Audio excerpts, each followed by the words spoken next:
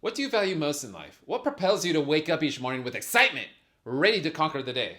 In today's video, we'll be going over why it's so critically important to create a list of values. If you haven't done that yet, it's so critically important so you can identify and know where you attach meaning to certain specific areas in your life. We'll be going over all this and more utilizing the book Awaken the Giant Within by Tony Robbins, diving into chapters 13, 14, and 15 of the book. We'll be covering future chapters in other future videos, and we've already covered other previous chapters and other videos on various other topics that you can refer to after viewing this video. So let's get into it. Chapter 13, here's a quote that stood out to me the most.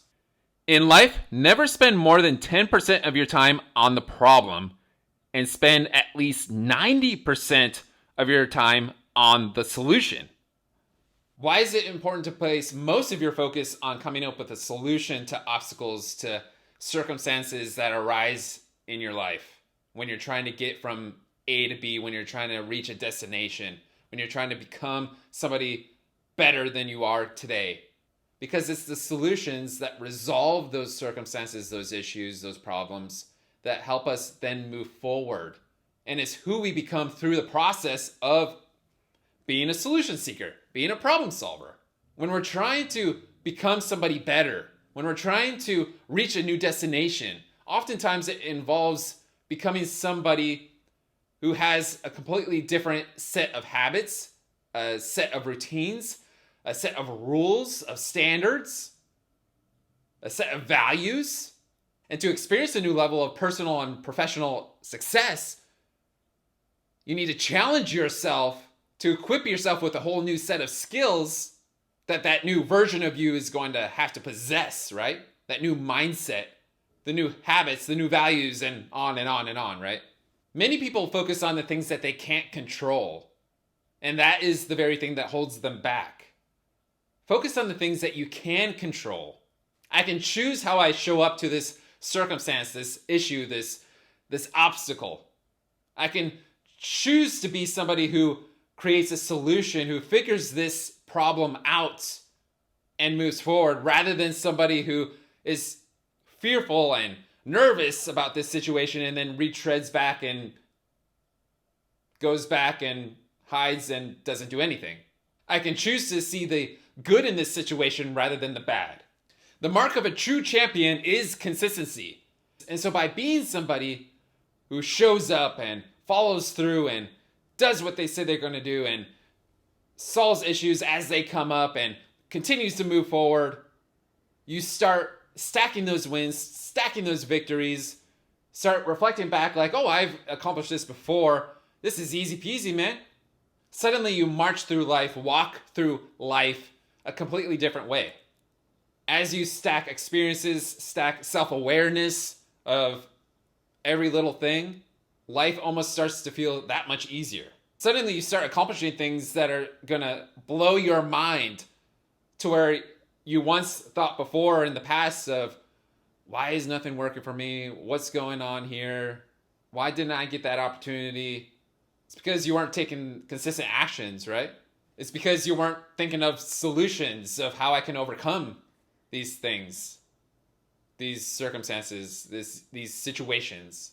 All too often, the security of a mediocre present hinders the adventure of an exciting future.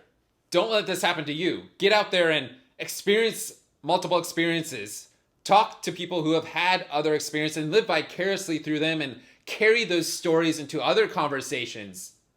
Because you learn through getting to know and seeking to understand other people and the circumstances that they've experienced and reflecting on what they've experienced and what they felt and likening it to circumstances that you've experienced and emotions that you felt. And that just adds fuel to the fire to keep going, keep getting things done, keep moving forward, staying consistent, taking those action steps.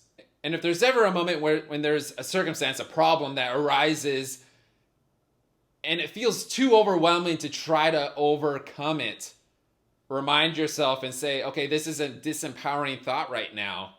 There is a solution to everything. Let's start thinking of solutions. Let's take a step back and think of some solutions here have that aha moment and get it done and move forward. That is something that's empowering, that's going to move you forward, because there is a solution for every problem. You have the energy and the know-how and the ability to figure it out. Let's get into chapter 14. Here's a quote that stood out to me the most. We all have a system or procedure that we go through in order to determine what things mean to us and what we need to do about them in virtually any situation in life.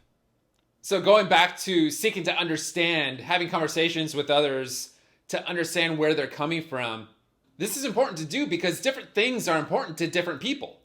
And they'll evaluate things, evaluate the world from their unique perspective.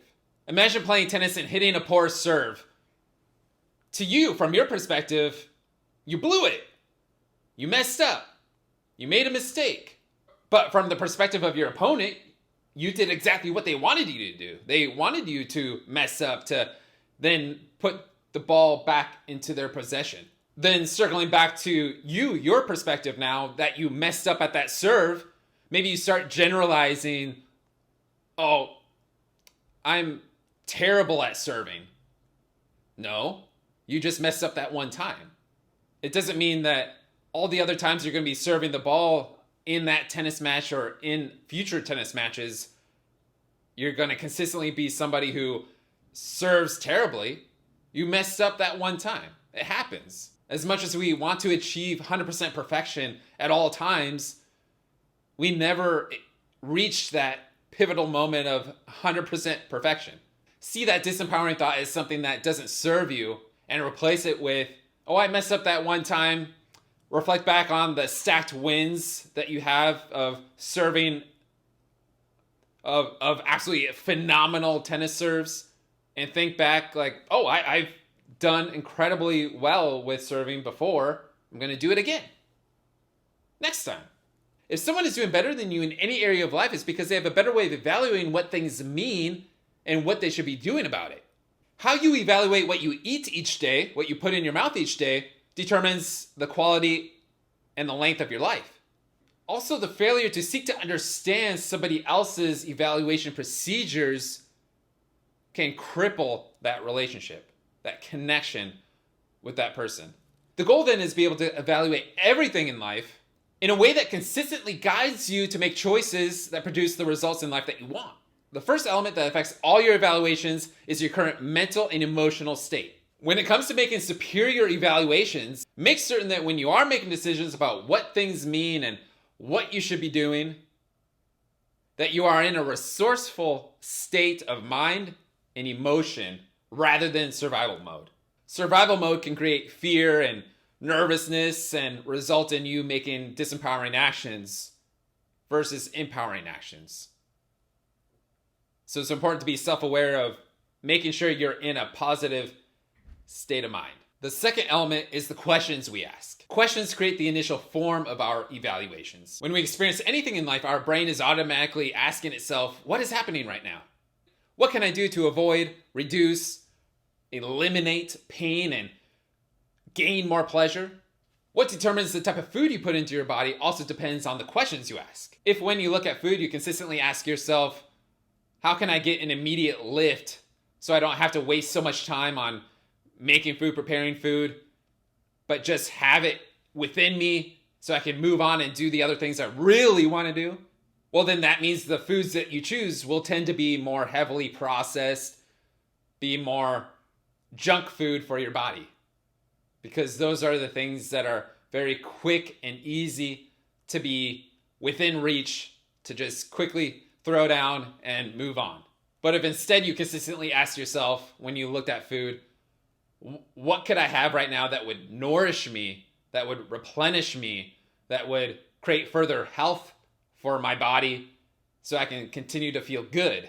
Then more often than not, you'll be reaching for those healthy things. You'll be dedicating more time to create your own meals that will be nourishing and increase your health and all those other factors. The third element that affects your evaluations is your list of values. The values you select will shape every decision you make in your life, and as such will determine the direction of your life. The fourth element is beliefs.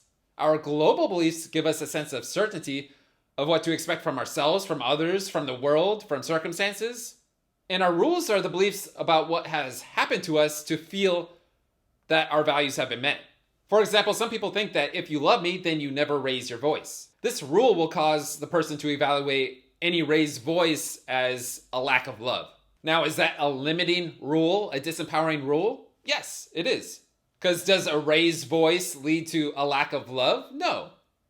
If you identify it as such, then yes, to that unique perspective for that person.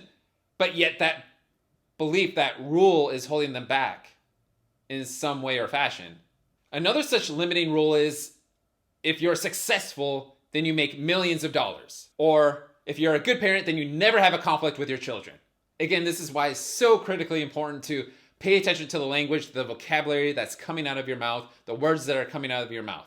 The fifth element is reference experiences. Experiences form the raw material that shape our beliefs and make our decisions. In order for us to decide what something means to us, we have to compare it to something else. Which references you choose will determine the meaning you take away from those experiences. Without a doubt, references shape our beliefs and our values. For example, if you grew up in an environment where you felt you were consistently being taken advantage of, how do you feel that would then shape your beliefs and your values later in life, in adulthood? The way that you look at life, the way that you look at people, the way you look at opportunities. Now let's get into chapter 15. Here's the quote that stood out to me the most. In our personal and professional lives, as well as the global front, we must get clear about what is most important in our lives and decide that we will live by these values, no matter what happens. This consistency must occur regardless of whether the environment rewards us for living by our standards or not. If you and I don't get clear on what's important to us as individuals and what we value most, then how can we ever expect to lay a solid foundation within our life and how it's structured, much less have the capacity to make effective decisions? If you've ever found yourself in a situation to where it was difficult to make a decision, chances are you weren't clear about what you valued most within that situation. We must remember that all decision making revolves around clarifying our values. When you know what's most important to you, making a decision is easy.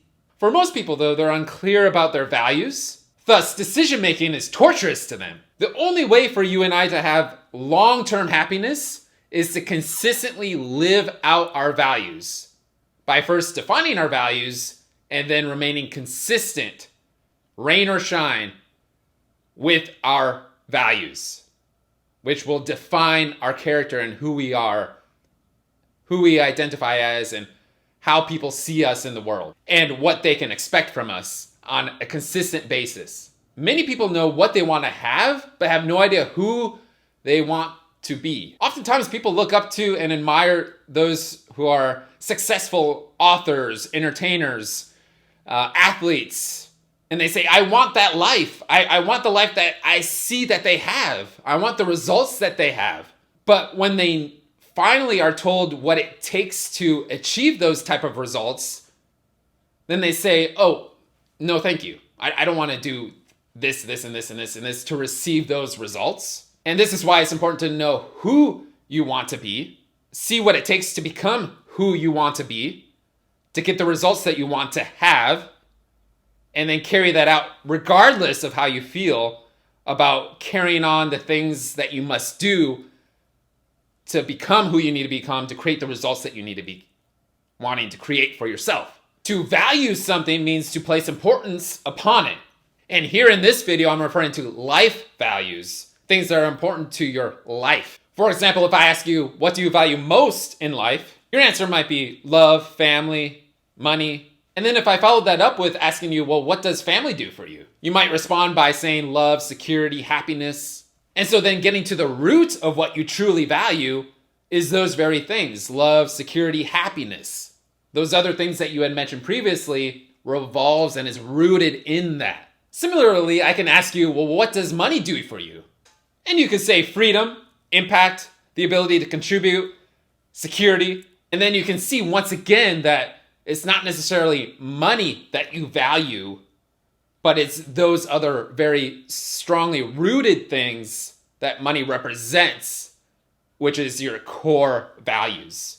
And too oftentimes people are chasing those surface level values like money, for example, family, for example, without getting to the root core values that those very surface level values represent. It's important to dig deep within yourself to find those core rooted values that those surface level things represent, and let those core rooted values drive you to achieve those surface level values. Start defining your values by asking yourself, what's most important to me in my life? Maybe it's happiness, fun, health, creativity. Then start asking yourself deeper questions about each one and exploring why you put those very things on the list. Knowing your values helps you to stay on track and live out the very things that are important to you. Let those values define you and shape you to become who you need to become to achieve the results that you want to achieve. And once you've put together that list of things that are most important to you, start selecting which ones are the absolute most important, because you don't want a giant list. You want a list that is refined and straight to the point, and these are my core values that I want to live by consistently. Because the most successful restaurants, for example, don't have a gigantic menu of options to choose from. They have a limited small menu of options to choose from. Items that they are masterful at creating at a consistent rate, on a consistent basis. And so narrow down your list as much as you can. Keep that list close to you, maybe on your phone, and refer to it daily if you need to, or weekly, or monthly. And you could even order this list from top to bottom, most important, least important. And least important doesn't mean it's not a good value for you in your life. It's not as important to you as the very top on the list. And for example, you can do this by asking yourself, well, what if I made happiness the highest priority? What if I made health the highest priority? And on and on and on and on to create number 1, number 2, number 3, number 4, number 5, and on and on. So find out what your values are and rank them in order of importance. Then ask yourself, what do my values need to be for me to become who I need to become to achieve the results that I want, that I deserve?